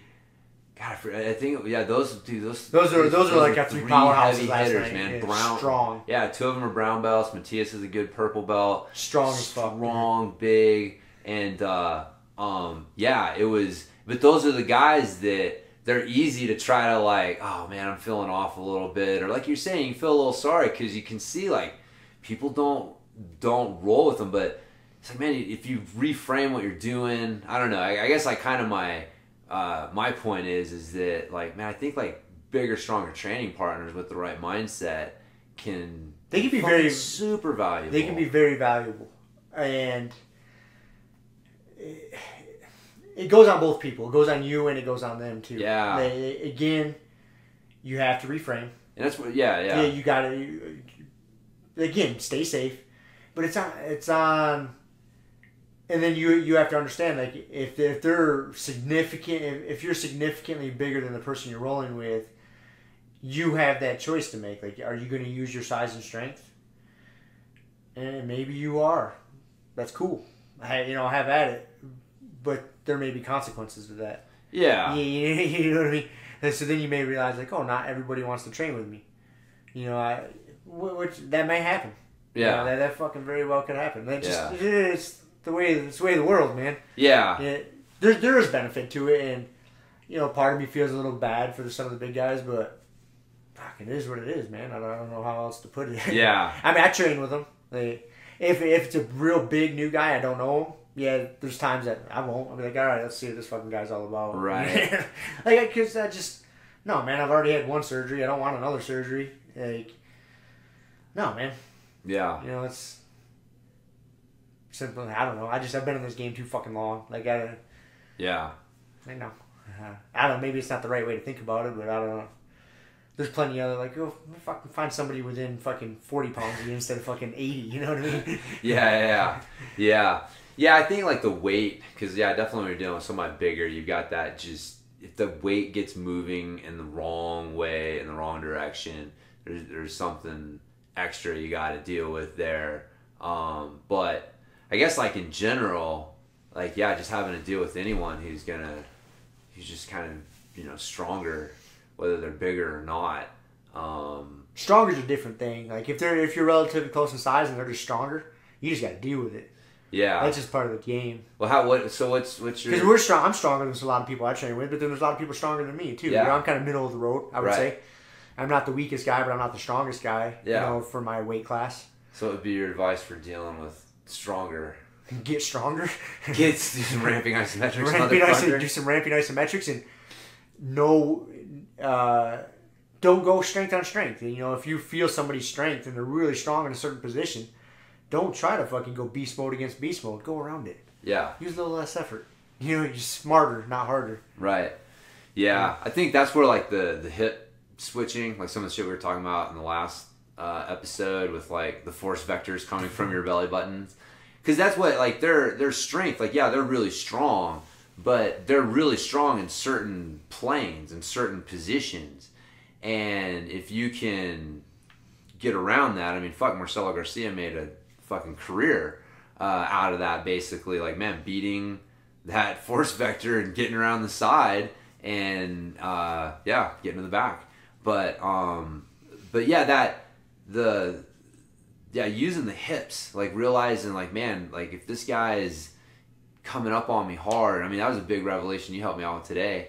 Like, man, you know, big guys coming up hard, switch the hips. Switch the hips. And it changes, you know, so much, but that's such a hard thing. Like that's just something that takes years. Takes time. To you know, take time. But yeah, I'd say like that's a big one. And, you know, too, just like that's where you really, man, fucking early frames, early defense. Scramble. Don't let somebody, if someone's bigger and stronger than you, try to stay the fuck on Let top. them settle the fuck in. Yeah, don't let man. them settle in, man. Don't accept any position. Yeah. Like if they're getting on top, like dude, you gotta fight. Yeah. You gotta because if they settle in, they get on top, like your work just got 10 times harder. Way harder. Way harder, man. Yeah. Like, and that's the thing, man. You can get lazy rolling with someone who's like your same kind of size and Because then strength. you know you can get out. Yeah, There's space here and there. Yeah. Whew. But yeah, you get that dude who's like fucking just sucks it up like a black hole, man. He's just so much stronger. So, and that's kind of what, yeah, I guess that's the early detection is really the best advice. Yes, it is. The same goes for somebody your own fucking size. Well, right, but that's why I think it where the magnifies opportunities, right. And man, when you go with somebody that much bigger or stronger,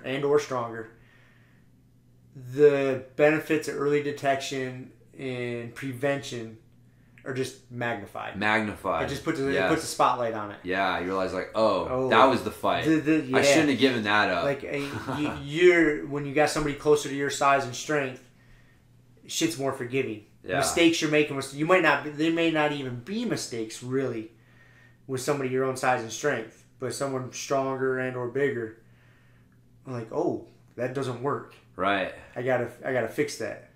Yeah. So it does. It finds holes in your game. It is, man. It's strength training. I remember it was last time Big Chris was here wrestling, and I was like, dude, fucking training. I keep referring back to Randy, but like, you know, he's fun to train with. He's too, fun to train he's a with, wrestling man. Motherfucker. Yeah, man, and good like, sized kid. Yeah, and it's, but yeah, I felt physically different. I realized like, oh, like I've had to get stronger dealing with like this level of strength behind technique and stuff. And so, and then I can feel it. Like now you're you know, I'm rolling with, you know, someone who's, you know, that size and strength, and you can just tell like, oh, like it's a different animal. It's a different animal. Yeah. So yeah, there's definitely benefits to it, but I think the biggest thing is the reframing aspect. Like you gotta understand what you're dealing with. Like, for example, like this guy we're talking about, great dude. I love training with him. Anytime those guys come down to train with this man, like I'm excited. Like, oh, I'm gonna get some good rounds today for sure. Oh yeah. But dude, that guy, I mean, he's an example of what you said earlier. He's been wrestling since he was 5 years old. You know, and he's not even quite, he's 30, and he's like 28 or 29. So, I mean, he's a beast. Yeah. He's been on the mat for the majority of his life. You know, for fucking 25 years almost, he's been on the mat. Wrestled at a college level. Coaches wrestling. His jiu-jitsu is good. Yeah. I mean, everything. Like, he's a motherfucker, dude. You slap hands with him, like, you have your hands Oh, yeah, full. yeah. And he's a good-sized kid, your guy. You're like, he's a good-sized dude. and he can move. He doesn't move like a big guy. You know, he moves like a little guy, but he's a 190 pound, 200 pound guy. Yeah, man. It's like, okay, I'm surviving. I'm riding this fucking wave. I'm going to try to survive as long as I can. If I can mount offense, I will. Yep. But it's reframing, and then but it's like it's fun. It's fun. It's fun to roll and with like, them. And that goes back to what we talked about, like getting to know your training partners and trusting them. Yeah. Like, I really trust them. Yeah, we trust those guys. I trust that dude with my health and safety. Yeah. No problem. I know he will never. Dude, we roll heel hooks in the gi. Like, that's how much I like, fucking trust that. Yeah, dude. like I know he's never gonna hurt me on purpose. Yeah. You know what I mean? Accidents might happen. Right. You know, we might, but he'd never. He's not malicious. Right. And that there's that feeling out process. You know, and I remember when they first started coming down training with us, like, I don't know this fucking guy. He's a big fucking dude. You know, he's scrambling like crazy. Like, oh, god damn it.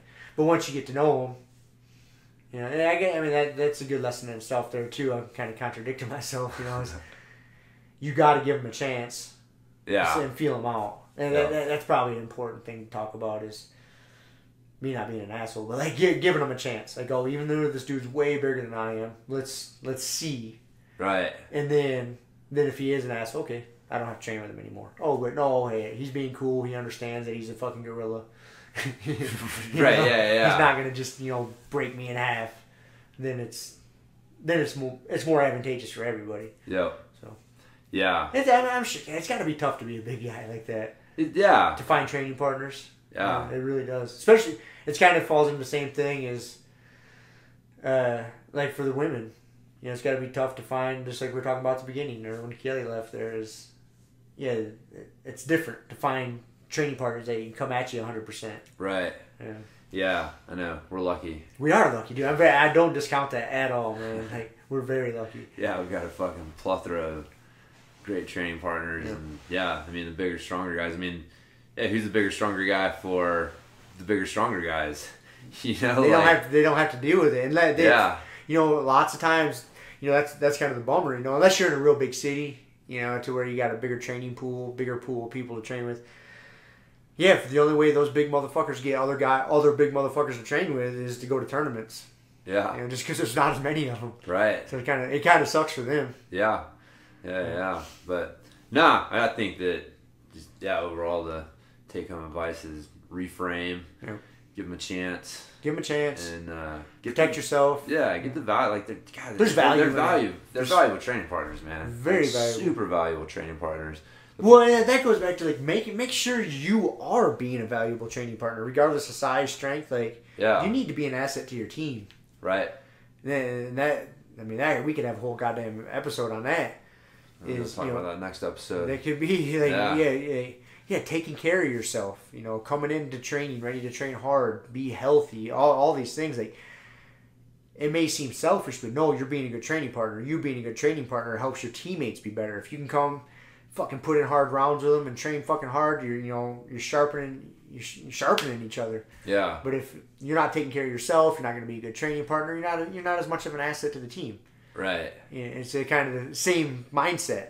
Yeah, on everybody's account. I mean, that's the thing. If everybody's kind of approaching it that way, then it works out. It's usually where the problems occurs. Like somebody's not thinking about the situation the right way. Either the big guy, bigger, stronger guy's coming into it, like not thinking about it. You know, like you said, like don't break your toys, right? Like you need to be a good training partner. Or the other guy's coming in trying to fucking win, you know, rather than, you know, not reframing like what the expectations are in the situation, or both.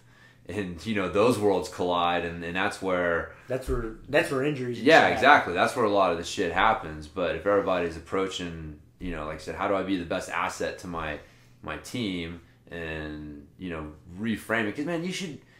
I guess like that's kind of a good point. Like you should have some sort of frame for every person you slap hands with. Like I've never really thought about that before, but I don't have the exact same mindset and mind frame for everyone that I roll with. No. A win training with you is different than a win in my mind training with Kevin. Right. You know, even though I might get tapped fucking 4 times, Yeah. I made some good decisions and did some good things. I was talking shit to him last time after we got done training. We got done training, I was walking off the mat, and I was like, I fucked you up today, son. Because in my mind, I did. Like, he's like, dude, I don't remember that.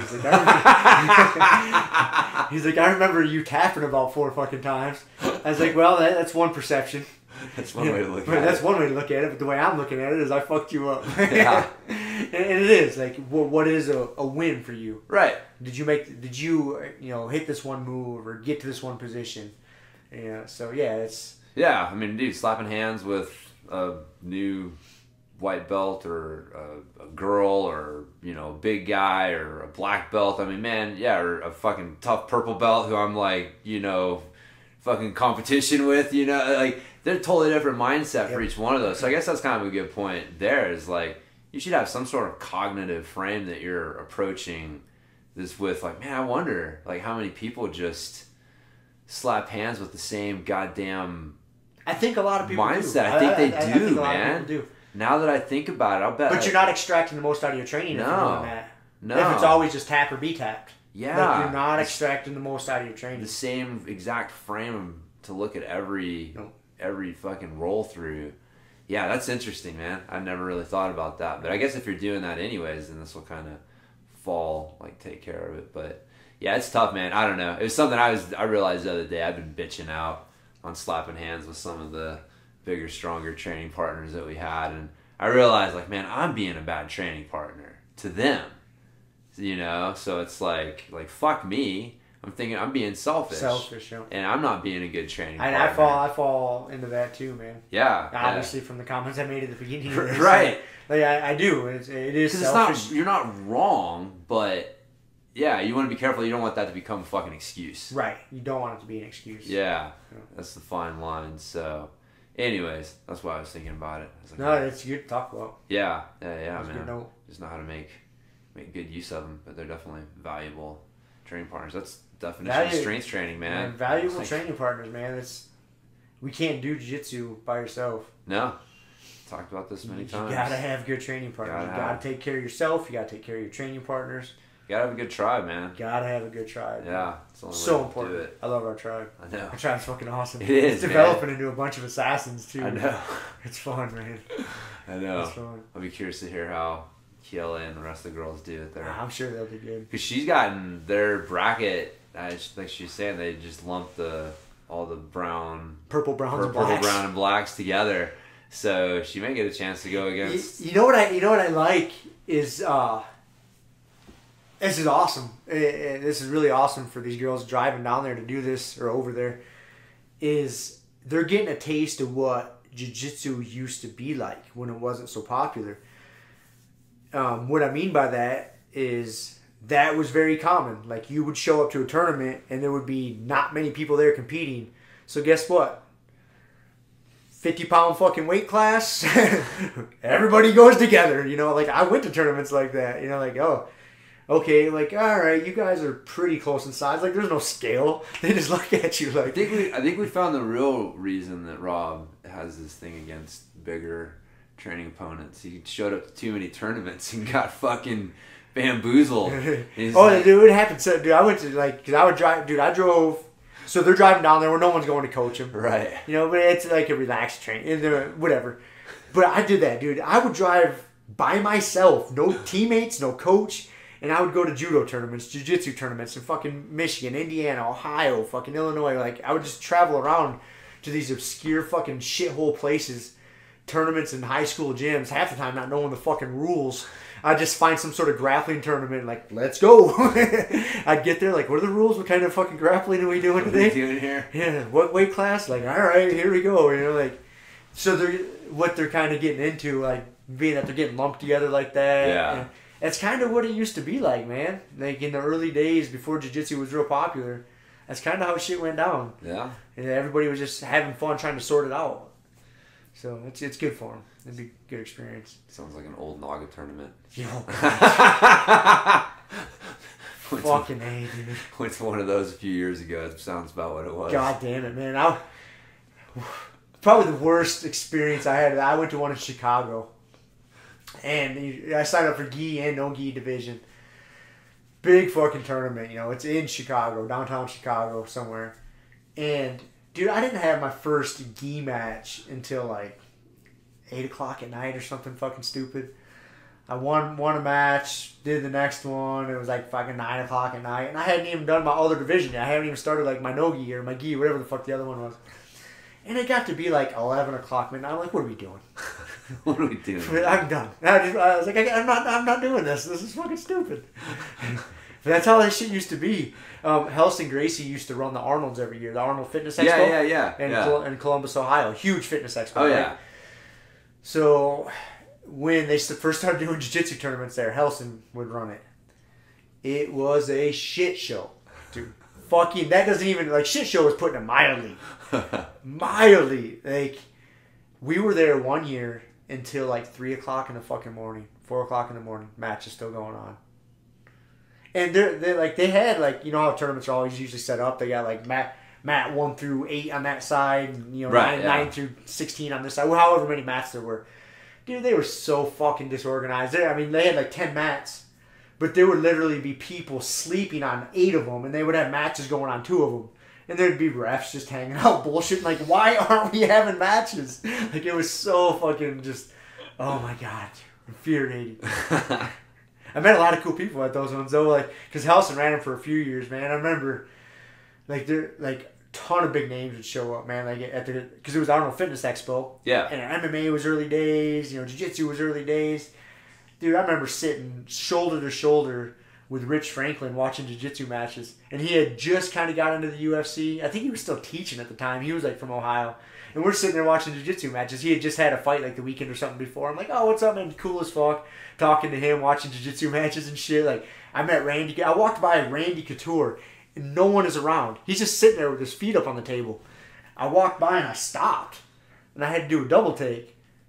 I was like, you're Randy fucking Couture. He's like, yes, I am. I went over, dude, shook his hand, fucking was talking to him. Dude, I was talking to him for like 10 minutes. And then finally people started realizing he was there, and he kind of got mobbed. I'm like, all right, dude, I'm out. Cool, dude, so many people like that I just ran into was fucking bullshit. It was funny, man. That's awesome. But, yeah, terrible turn. I don't think that'll happen this weekend to him. Hopefully not. But yeah, the Arnold Classic, man.